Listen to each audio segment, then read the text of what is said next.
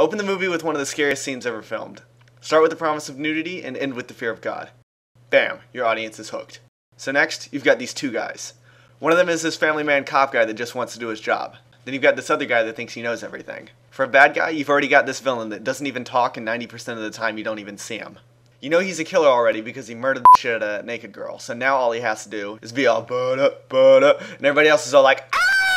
Once you've got all these elements, you make half of the movie a horror movie and make the other half an adventure movie, so that for the first half, people are all like, oh my god, don't kill anyone! And then for the second half, they're all like, yeah, kill that fucking shark! Once the hero cop and the know-it-all prove powerless, you introduce Captain Crazy, who is completely out of his mind. Now that you've got Captain Crazy, you have time for one final bloody kill, just in time to use an awesome one-liner, "Oh, you son of a bitch!" Then send the villain back to hell with an explosion. And that's how you make one of the best movies of all time.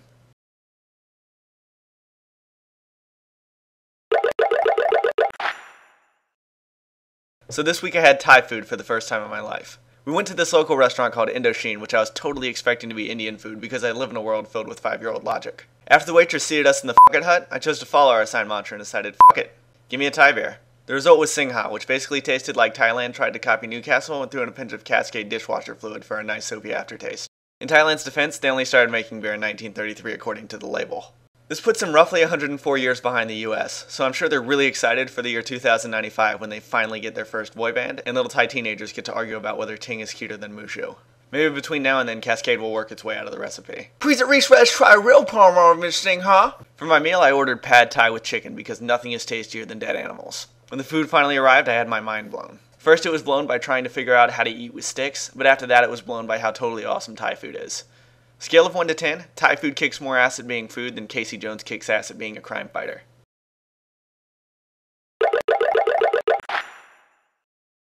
In 1980, The Clash released the album London Calling in the US. In 2010, my awesome girlfriend decided it was time for me to have my ears rocked by this masterpiece. I basically grew up in a church, so since I was a teenager, I've been responsible for introducing myself to any music from before 1998 that wasn't about Jesus. This puts me way behind the times on a lot of classic albums. After listening to London Calling for 2 weeks straight, I tried to narrow it down to a top 5. But with 19 songs of perfection, you could literally put the song titles on a wall, throw darts at them, and end up with a list I couldn't find any fault with. Raised in a world where Simple Plan and Good Charlotte qualified as punk, I had to discover actual punk bands on my own, but I never went back far enough. Less angst, more fun is the tone of London Calling. I'm sure there's a fuck the system message in there somewhere, but it's a little tough for the slurred lyrics to win out over music that's enjoyable. Spanish Bombs is my personal favorite on the album just because it was the first one I listened to. But Train in Vain might be one of the best compilations of sound I've ever heard in my life. If you've never heard the album before, correct that immediately. I'm glad I did.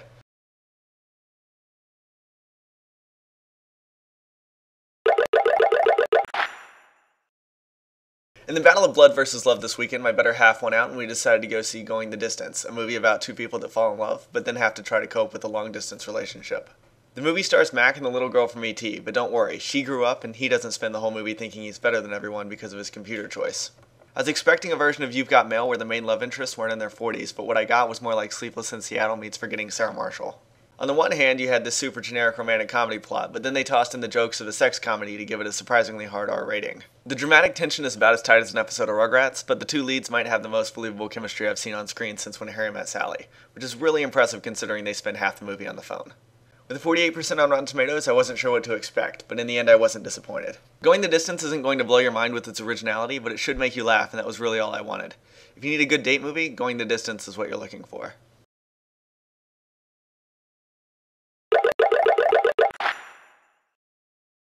Okay, football season has officially begun, and a good football party is only as good as its food.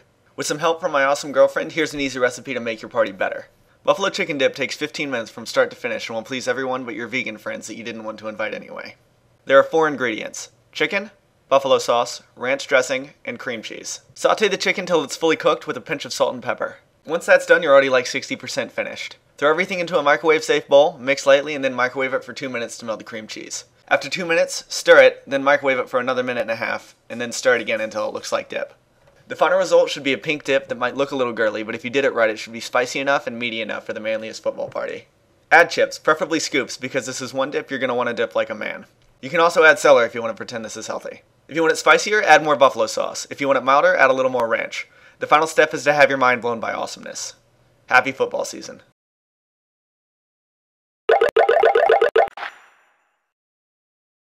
Once upon a time in 1989, rap was fun and young MC was given life lessons that didn't involve smacking hoes and fucking bitches in the ass. No sir, young MC had bigger problems on his hands. Here are my top 3 life lessons I learned from the awesomely awful classic Stone Cold Rhymin'. Lesson 1. If you're late to class and still have the nerve to ask to go to the bathroom, you will be sent to the principal's office. And the principal? He's a dick. Lesson 2. When you're filling out your lotto ticket, it is not wise to use the birthday of the girl that you just met, because when they pull the numbers and the winning ticket uses your birthday, you're really going to feel stupid. The proper response to this situation is obviously to exclaim, "What the heck?" because that's how everybody responds when they just lost $26 million. Lesson 3. Dancing is the answer to every situation imaginable. It doesn't matter where you are. A party, a luncheon, at the movie theater, in the city, on the beach, or at a wedding. F*** music. Just bust a move.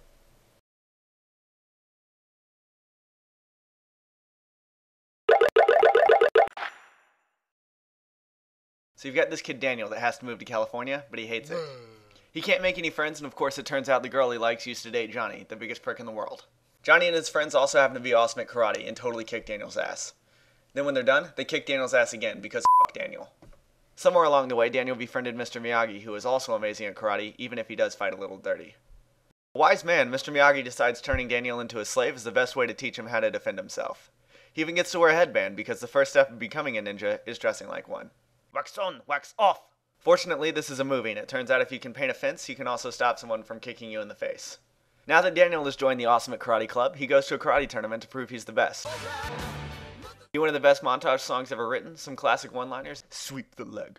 Put him in a body bag, yeah! And end with a trick play to be emblazoned in everyone's mind until the end of time. Why would you remake something that's perfect?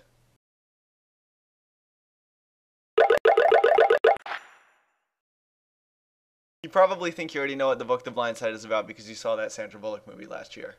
That's what my girlfriend and I thought when we chose it as our 11th book for our 2-person book club, but it turns out we were only about 40% right. We're Ravens fans, and reading about the rise of our awesome first-round draft pick, left tackle Michael Orr, seemed like something that needed to be on our to-do list. As it turns out, the book Michael Lewis wrote is as much of a football history textbook as it is a story of rags to riches. The chapters range anywhere between 30 and 40 pages and go back and forth between stories about how left tackle became such an important position and how Michael Orr got where he is today. It was also interesting to see how many liberties the movie took with the story to make it more taut and entertaining, while the actual book goes mostly for information and more information. It's literally like reading a textbook that happens to have a narrative story thrown in the middle. The writing style isn't terribly impressive, and the long chapters get exhaustive when you're reading it out loud with no breaking point in sight. But if you want to learn about how the game of football evolved into the pass-heavy game it is today, it's a very informative read.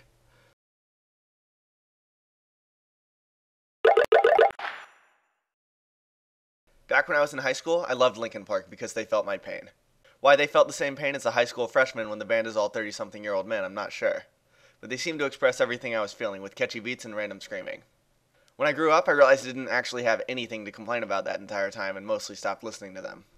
Since then, they've released 2 albums that sound nothing like their old stuff musically, and the huge change in sound they've experimented with makes it difficult for me to decide if they were always only mediocre to bad, or if I just think they are now because I'm actually happy with my life.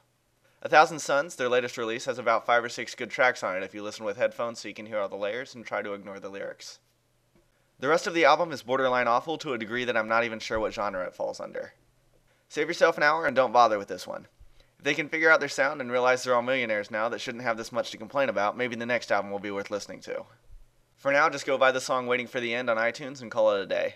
The lyrics still whine, but it's the only song that's catchy enough to the point that I don't care.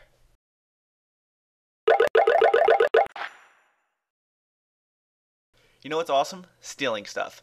Heath Ledger knows it, George Clooney knows it, Mark Wahlberg knows it, Disney knows it, Dane Cook knows it, even Kevin Costner knows it. Pretty much the only ones that don't seem to know it are Metallica. The Town came out this past weekend and it is fucking awesome. The guy behind The Town definitely knew that stealing stuff was some kind of elaborate badass plan is pretty much every guy's greatest fantasy if you don't count banging their high school English teacher. Imagine if somebody turned the opening scene from The Dark Knight into an R-rated feature-length film with a similar attitude as The Departed. Now imagine by some random chance that all of the actors are awesome, the cinematography is beautiful, and the story actually has some real emotion to it. Now imagine it was all put together by and starring Ben Affleck. Pick your jaw up off the floor and go to the nearest theater immediately. The Town is one of the best movies of the year. I might like it even more than The Departed, and The Departed actually won Best Picture. Just go see it. Now.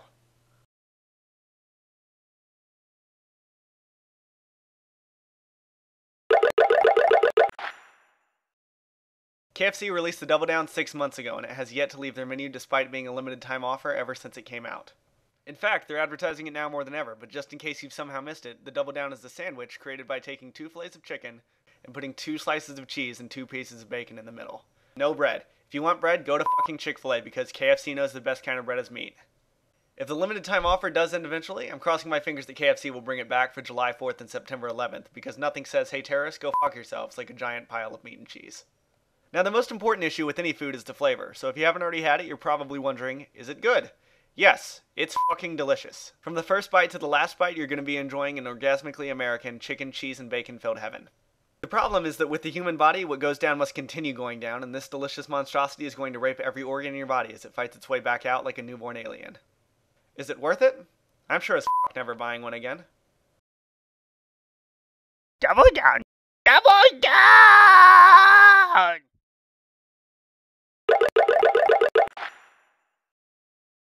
In a world where catchy pop songs rule the airwaves and artists only have to put out 3 good songs every time they release an album, it's a rare exception when you get a compilation of sounds so perfect that every single track mystifies your ears from beginning to end. Back in 2005, the band May released one of those albums and called it The Everglow. The layers of piano, guitars, vocals, and drums have never been so beautifully intertwined as they are in this album, which fashions itself after a children's storybook, complete with turn-the-page-now bookends and subtle stories in the lyrics that are as moving as the music itself.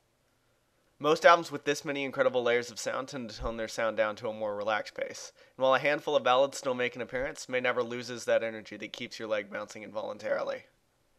If you want to sample just one song that will blow your mind and prove that you need to purchase the rest of this album immediately, check out the song Mistakes We Knew We Were Making.